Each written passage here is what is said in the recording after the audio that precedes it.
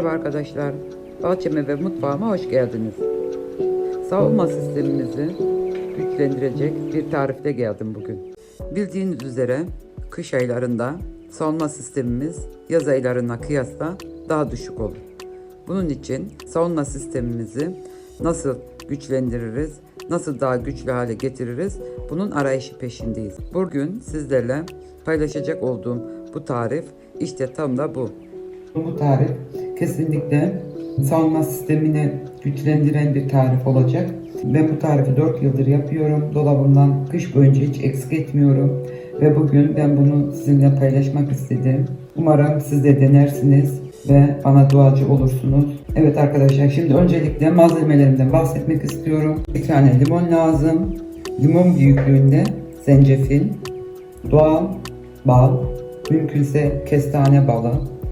Bendeki çiçek balı, bu yine benim bahçemdeki benim arılarımın yapmış olduğum süzme bal. Tamamen organik, kendi arılarımdan ürettiğim bal, çiçek balı. Ve ayrıyetten burada bize lazım olacak olan diğer malzemelerimiz: bir çay kaşığı tarçın, bir çay kaşığı zerdeçal ve bir çay kaşığı karabiber. Evet, bütün malzemelerimiz bunlar. Şimdi öncelikle ben limonumu öncesine güzel yıkadım. Zencefilimi yıkadım. Sirkeli suda 2 saat gibi bir süre beklettim. Ondan sonra güzelce kuruladım ve şimdi yapım aşamasına geçeceğim. Burada zencefilimizi öncelikle bu gibi yerlerinden bir temizleyelim. Kabuklarını soymaya gerek yok. Beni rahatsız eden bölümlerini attım. Ardından zencefilimizi mümkün olduğunca ince doğruyoruz.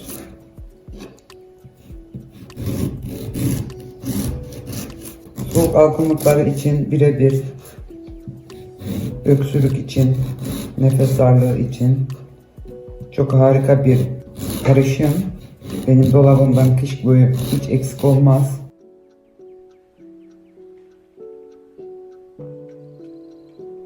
Evet arkadaşlar, bu zencefilimi doğradım. Mümkün olduğunca küçük doğramaya çalıştım. Şimdi bunu kavanozuma ekliyorum. Bu şekilde kavanozumuzu ekleyelim. Gördüğünüz gibi zencefilimi kavanozuma ekledim. Şimdi limonumuzu doğramaya sıra geldi. Şöyle uçlarını alalım. Limonumu öncesinde yıkadım. Sirkeli suda beklettim. Ardından limonumu böyle önce ikiye bölüyorum. Çekirdeklerini çıkartıyoruz. Çekirdeklerini eklemiyorum. Uylandığım yerleri alıyorum. Limonumuzu bu şekilde küçük küçük parçalara bölüyoruz. Mümkün olduğunca küçük. Bir kontrol edelim çekirdeklerini. Olanları şöyle çıkaralım. Evet. Güzelce limonumu da küçük küçük doğradım. Şimdi limonlarımızı da kavanozumuza ekliyoruz.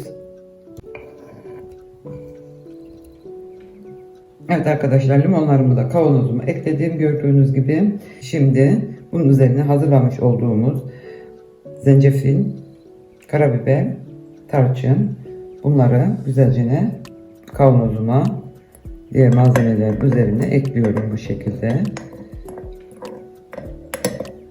Birer çay kaşığı yeterli olur.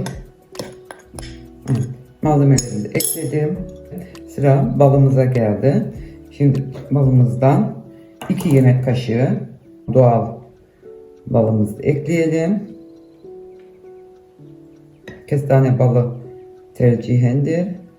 2 yemek kaşığı balı da ekledik kavanozumuza. Sonra ardından arkadaşlar bu şekilde bunu iyice harmanlıyoruz. Güzelce malzemelerimizi bu şekilde karıştırıyoruz. Evet arkadaşlar, bu şekilde bir karışım elde ediyoruz. Malzemelerimi de birbirine harmanladım. Güzelce karıştırdım. Şimdi kapağını kapatıp kavanozumu buzdolabına koyacağım. Buzdolabında 6 saat kadar durduktan sonra tüketime hazır olacak. Hastalığınıza, öksürüğünüze bağlı olarak akşamları 1 tatlı kaşığı, gerek duyulursa akşam ve sabah birer tatlı kaşığı tüketilebilir. Çocuklara 1 çay kaşığı verilebilir. Tamamen doğal ve bol vitaminli bir karışım hazırladık burada. Umarım bu videomda size yardımcı olabilmişimdir. Videomu beğenmişsinizdir. Beni sonuna kadar dinlediğiniz için teşekkür ederim.